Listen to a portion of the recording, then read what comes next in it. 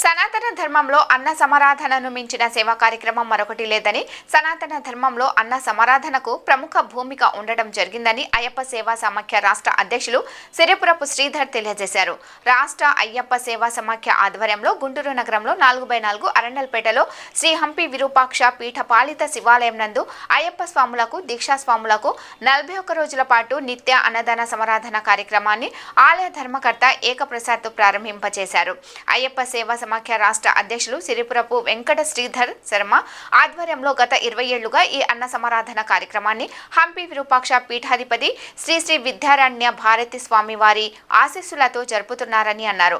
ఈ సందర్భంగా అయ్యప్ప సేవా సమాఖ్య రాష్ట్ర అధ్యక్షులు సిరిపురపు శ్రీధర్ మాట్లాడుతూ అన్ని భగవద్ దీక్షలలో కఠినమైన దీక్ష అయ్యప్ప దీక్ష అని, ఎంతో శ్రమ ప్రయాసలతో మండల కాలం పాటు అయ్యప్పలు విధిగా దీక్ష నిర్వహించాలని అన్నారు. ఈ ప్రపంచంలో వేరొకటి లేదన్నారు. ఈ